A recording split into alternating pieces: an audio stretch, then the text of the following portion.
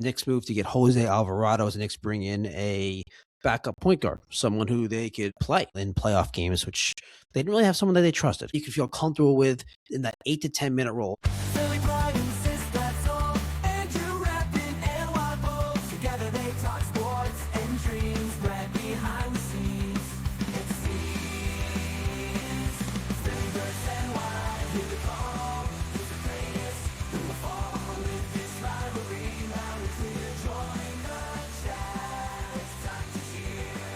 Sports and culture all in one.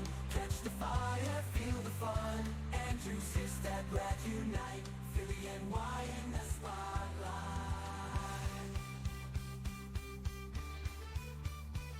Hey everyone, welcome to episode 93.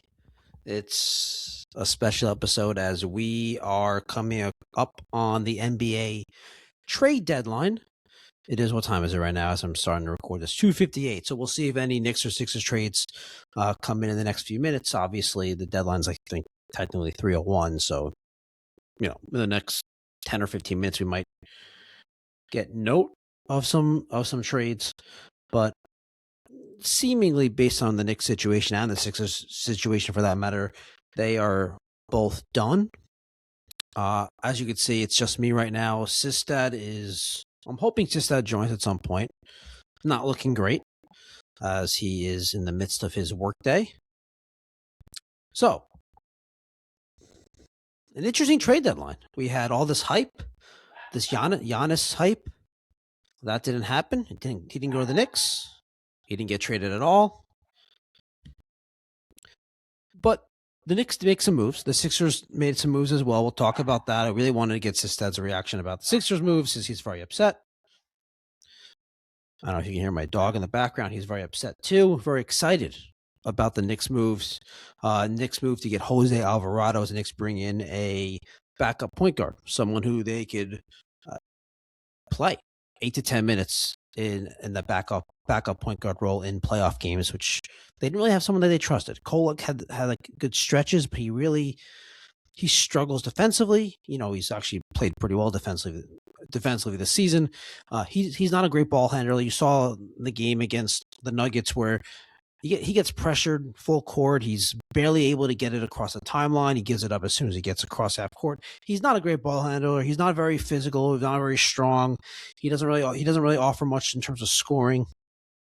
Great passer, best passer on the team, but it's hard to play essentially a first-year player because he didn't play much in his rookie year.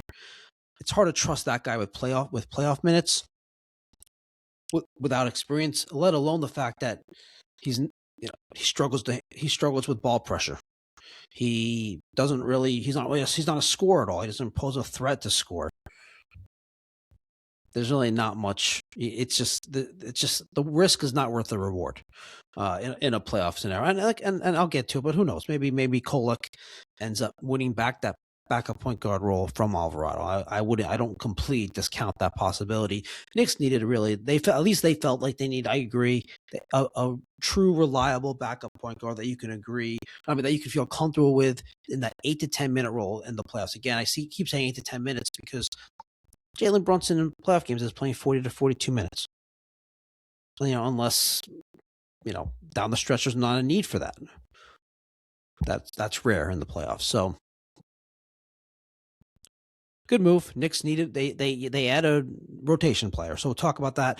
We'll get into it. Unfortunately, a few minutes after the Alvarado trade news comes out, you see the news about Deuce McBride, who's been day to day with an ankle management injury. He had surgery. They call it a core injury or a hernia injury. I've seen a couple different things out there. I've seen the language that people are using that's being reported is kind of odd to me. I don't know if it's just if I'm taking the words too literally or just the way people talk or it's being reported or it's being perceived. But the reports I saw, I think it was The Athletic. It was Fred Katz and what's the new Knicks guy, Marvin Edwards or something like that. So sorry if I got his name incorrectly. The language they were using was he could be out for the regular season, which I take that as could mean like there's a chance he comes back. There's a chance he's misses the whole season. The follow-up reports are saying that the hope and expectation is that he's back for the playoffs. Now, look, the Knicks can get by without Deuce McBride in the regular season because the Knicks are probably not getting the 1 seed because the Pistons are really good and they keep winning. And the Knicks could get the 2 seed. They have a pretty deep roster. The emergence of Landry Shamet as that 3-point shooter makes the loss of Deuce a little bit less impactful. And then you have guys like Clarkson, who's been out of the rotation, who can step in and play. And the Knicks have, and now you bring in Alvarado. You can still play Kolek in the regular season, some minutes here and there. So I think the Knicks are okay in the regular season. They need Deuce in the playoffs. They need him for his on-ball defense. They need him for his 3-point shooting. As I've said many times, I think I said on this podcast a couple times, he's their one true, I'm a 3-point shooter guy. I'm going to look for the 3-point shot. I'm going to catch. I'm going to shoot it. I'm going to get it. I'm going to come around the pick, and I'm going to shoot it. They have a lot of guys that shoot the three ball well, but very few of them, if really none of them, maybe Shamet's the exception now, that guys that actually want to shoot the three. That's their go-to is let me shoot the three. I'm hunting the 3-point shot. So they need Deuce in the playoffs. And if you get a guy that's misses, whatever he's going to miss 2 months, and then he comes back and just in time for the playoffs, you kind of expect that shooting touch to be off. So it'd be great if he comes back for the last few games of the regular season, get that shooting touch going, get that rhythm back, so then he can impact the run, hopefully all the way to the NBA Finals, and hopefully through the NBA Finals into a championship. So that's bad news. The Jose Alvarado trade, look, this is a clear win for the Knicks, something that they fill a role that they felt they needed. And in terms of what they gave up 2 second-round picks, and they essentially gave up Guerschon Yabusele. So the reason why I say that is technically they traded Dalen Terry and 2 second-round picks for Jose Alvarado to the Pelicans. So, but they got Dalen Terry yesterday, the day before, Yabusele salary dump. Now, the Knicks, what they did here is they corrected a mistake. In the offseason, they made a big mistake signing Guerschon Yabusele to the mid-level exception. It was a 1 year plus a 1 year player option. So Yabusele had a player option for $5.8 million or something like ballpark, just under $6 million for next season, which he was going to accept after having a season in which he would go into free agency and may not even be signed in the offseason. So he was going to pick that player option up, almost definitely, and it flopped. Whether it's because of the Mike Brown style. Remember, Yabusele signed before they knew who the coach is. I think it's deeper than that. I think Yabusele had his best 3-point shooting season in the NBA that of his career last year with the Sixers, and it's gone the complete opposite way this year.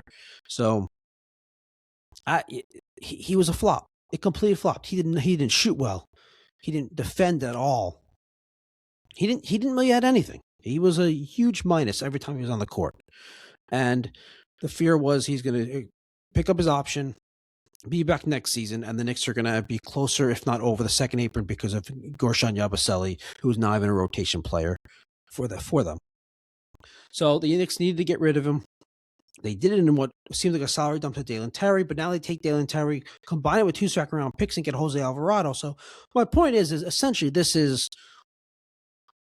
what they did is they took Guerschon Yabusele, a player they wanted to get rid of, move on from, attached two second-round picks to him, and brought in and filled the role that they needed to fill, that they felt they needed to fill.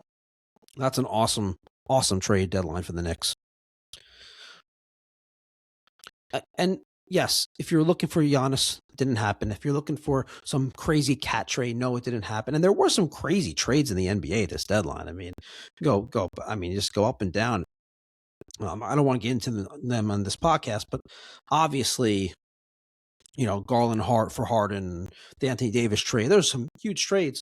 The Knicks weren't part of that. And neither were the Sixers, for that matter. We'll get into the Sixers later, though. got to give Sistad a little time to maybe potentially jump on here. So focusing on the Knicks are the biggest story. The team that's has a championship aspirations anyway. The team that makes an addition at the deadline. So just wanted to check Twitter here just to make sure that I didn't miss any trades that came in the last couple of minutes here. Let's see.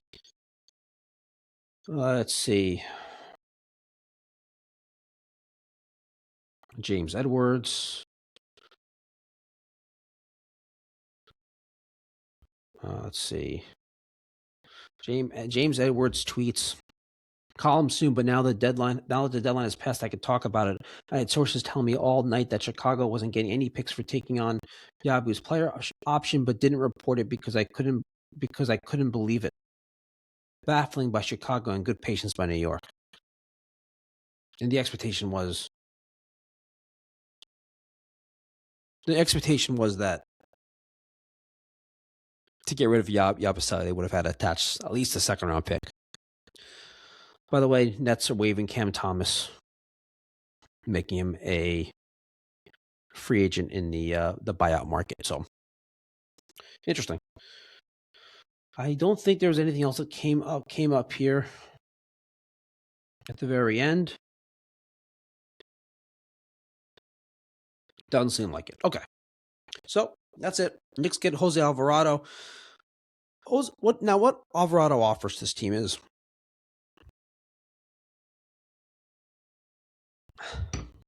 so Alvarado offers them.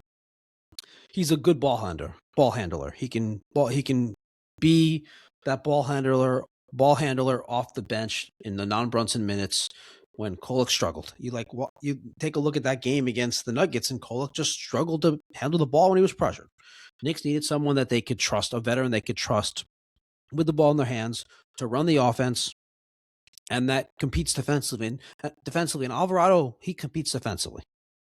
He's a pretty good on-ball defender. But yeah, what he brings to the table is competence, reliability, experience. He can run the offense in the non-Brunson minutes. And by the way, let me just say this. I also think that he could – Mike Brown has shown his willingness to try different things. I would expect at some point, if not somewhat often in the regular season, he presses this button of Brunson plus Alvarado on the backcourt. See how it works to take off some pressure from Brunson, so he doesn't have to constantly be on ball, have to have all the pressure of handling the ball, because they don't have great ball handlers outside of Brunson, at least in that starting lineup. Hart is the go-to ball handler if Brunson's not handling the ball, or Brunson's not on the court. So it's nice to have that. I wouldn't be surprised if Mike Brown goes to them together, see how it works out, and then at some point in the playoffs he presses that button, because like the Pacers last year, last 2 years in those series, full court pressure on Brunson. So he's exhausted. So if you have Alvarado out there, he can take that load off of him. Brunson can save his energy for the half court and for actually scoring and playmaking. So I think that's nice to have as an option. It's not going to be a focal point. Again, I think primarily in the playoffs, we're talking about Jose Alvarado playing 8 to 10 minutes as the backup point guard for Brunson. But again, it's nice to have the option to do different things. And I think Mike Brown has shown that he's willing to try different things and potentially do different things if the game script or the matchup calls for it. So good move for the Knicks. Again, they get off a player that they didn't want, helps them stay under the second apron for next year. That's very important. That helps them potentially retain Mitch, helps them potentially maybe retain Alvarado, get into Alvarado's contract situation in a moment. And yeah, it helps them potentially retain Shamet, who signed a 1-year contract at the vet minimum this past offseason. So they can retain these players while staying under the second apron, which if potentially they're back into the Giannis sweepstakes of this offseason, combining salaries to equal Giannis's salary, which is what you'd have to do, would hard cap them at the second apron, so they wouldn't legally allow to go over that second apron, be a second apron team. So even more important for them to be able to have not have Yabusele $6 million on the books for next year. Now, connecting that conversation with the Alvarado contract situation. So Alvarado he also has a player option after the season and this offseason, similarly to Yabusele, except his is $4.5 million, and obviously his role is like he's actually a rotation player for this team. So, at least seemingly. So he has a $4.5 million player option. If he accepts the player option, great. The Knicks have a rotation player for $4.5 million, which is extremely important. Extremely important when we're talking about a team that needs to be under the second apron. And even if there is no Giannis blockbuster trade, you'd still want to stay under the second apron if possible. Once you're over the second apron, you have some limitations in trade. You can't combine salaries, contracts. You can't couple other things, but you'd like to stay under the second apron. So if Alvarado declines that $4.5 million player option, which he may look at it and say, look, I think I can get like a mid-level exception, whether it's that lower mid-level that Yabusele signed, like it's going to be around $7 million this coming off season, or if it's that non-tax mid-level, which is going to be around $15 million. So probably not going to get that non-tax mid-level $15 million, but you could get that tax mid-level, the taxpayers mid-level around $7 million. Maybe he looks at that and says, I'm going to decline my player option.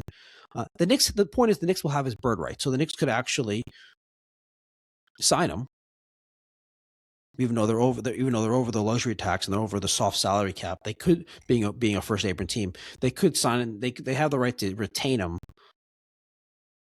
even though they're over the salary cap. Which you like basically, if you're a first apron team, you're over the salary cap. You can't just sign any free agent.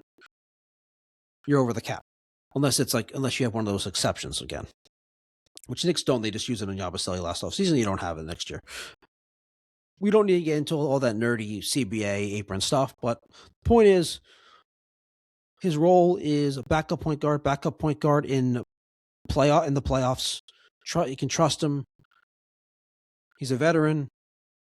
He can handle. He can score a little bit. He's a 35% three-point shooter. He can defend. And it's nice to have a reliable rotation player when right now the team clearly didn't feel great about Kolek and getting playoff minutes. Okay. And then the contract situation is favorable for the Knicks. So those are the two big things. And then, like I said, they got rid of Yabusele.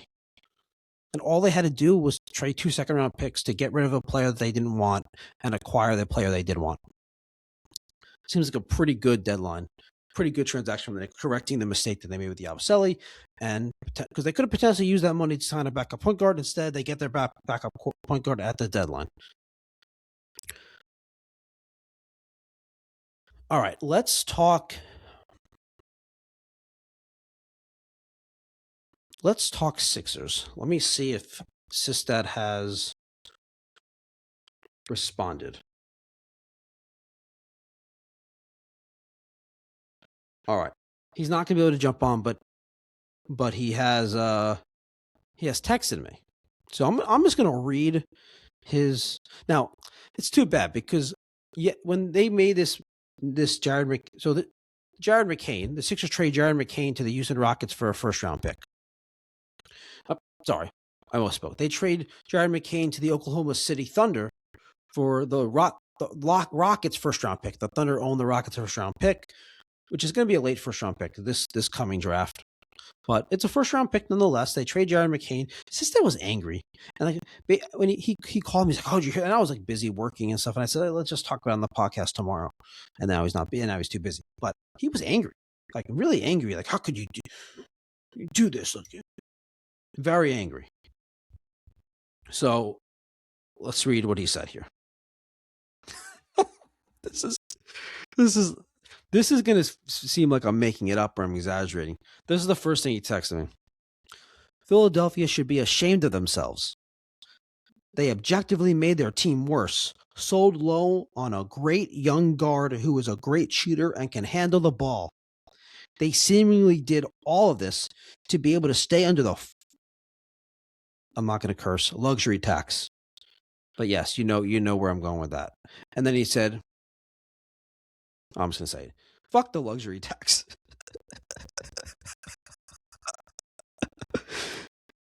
This is now the fourth year in a row that they ducked the tax at the deadline. Every other team in the East is adding talent, and the Sixers gave away a young guard with a high ceiling for 4 absolute worthless draft picks.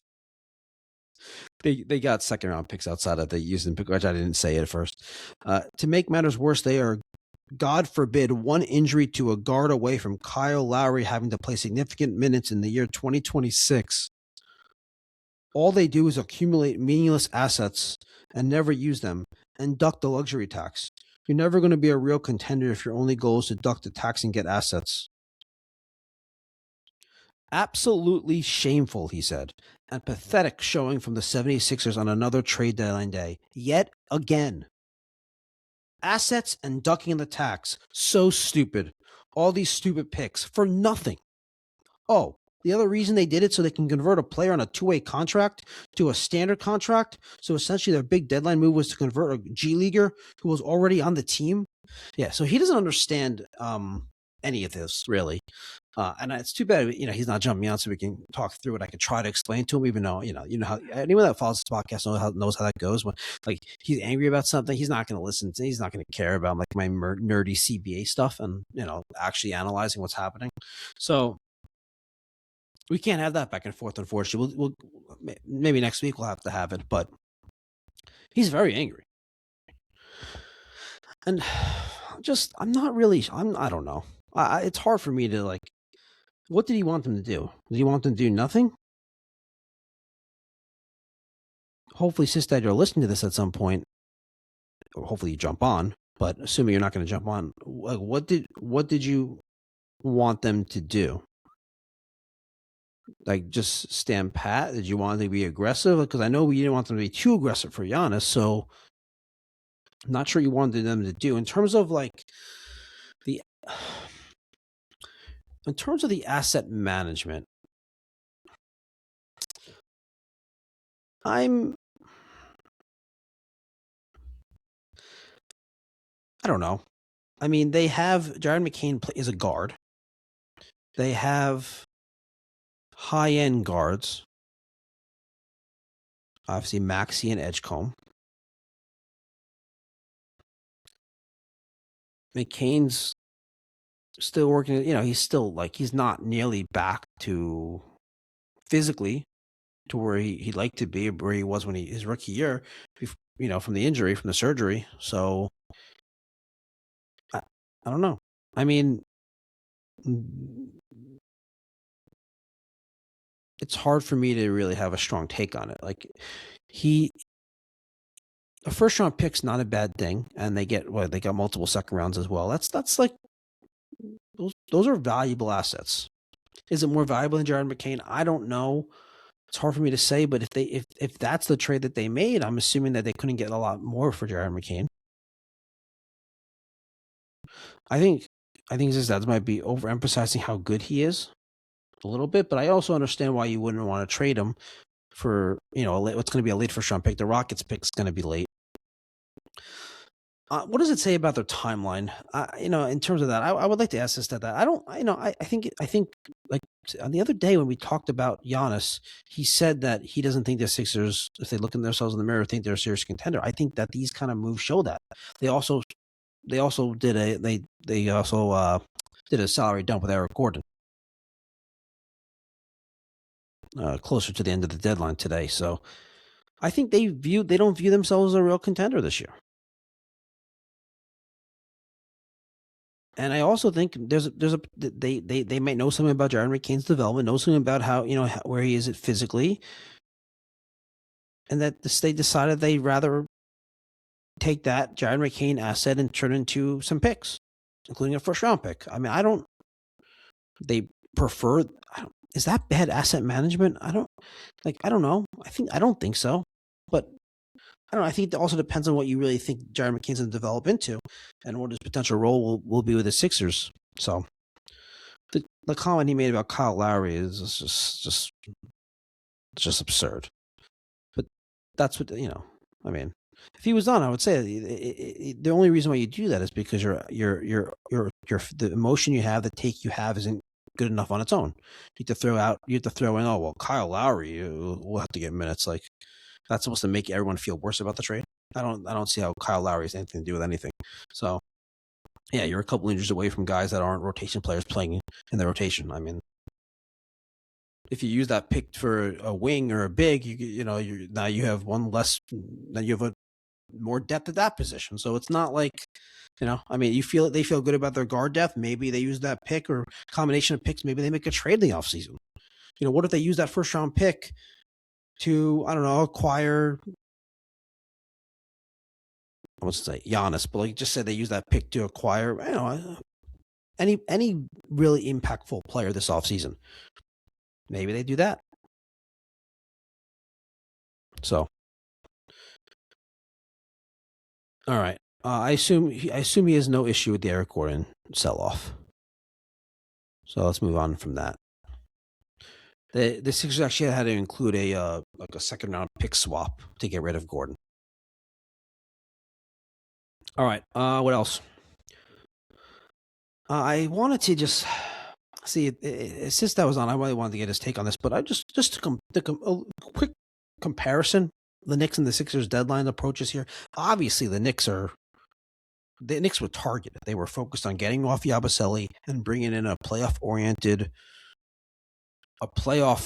rotation player, a backup point guard, while also being aware of the second apron and the next offseason. So the Knicks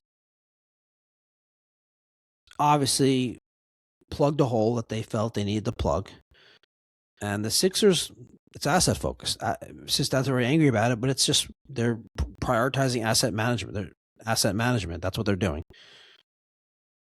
Long-term thinking, is it indecision? I don't know. It's hard for me to say. I don't think Jaron McCain's some amazing asset, that a young player that's, that as I think he's I think the return is what tells you what the NBA thinks of him. That he's a very good player, young player. And he's worth a late first round pick and a couple second round picks. All right.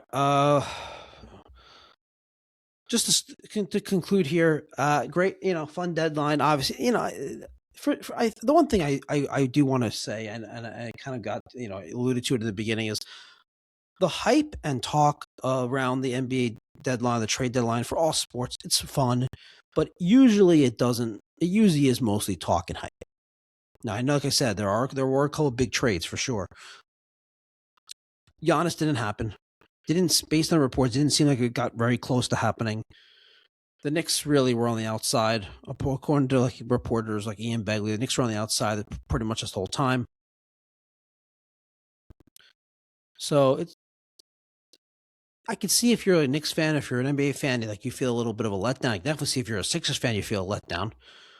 We're doing selling off pieces for draft capital and for salary relief. But for the Knicks, look, they got rid of the player they wanted to get rid of, got rid of his salary. They brought in the player that plugs a role, the backup point guard role. One other thing that I forgot to mention is and I'm really summing this up. What the Knicks did also is that it was important that if you're going to get rid of Yabusele and acquire the backup point guard, that you're going to do it without moving any asset that could realistically help you get Giannis in the offseason.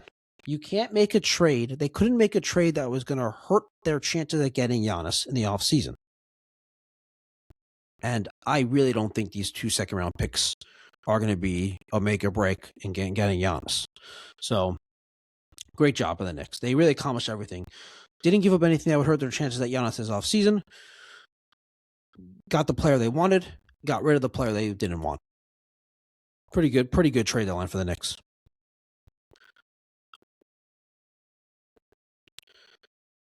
And for Giannis, well, I think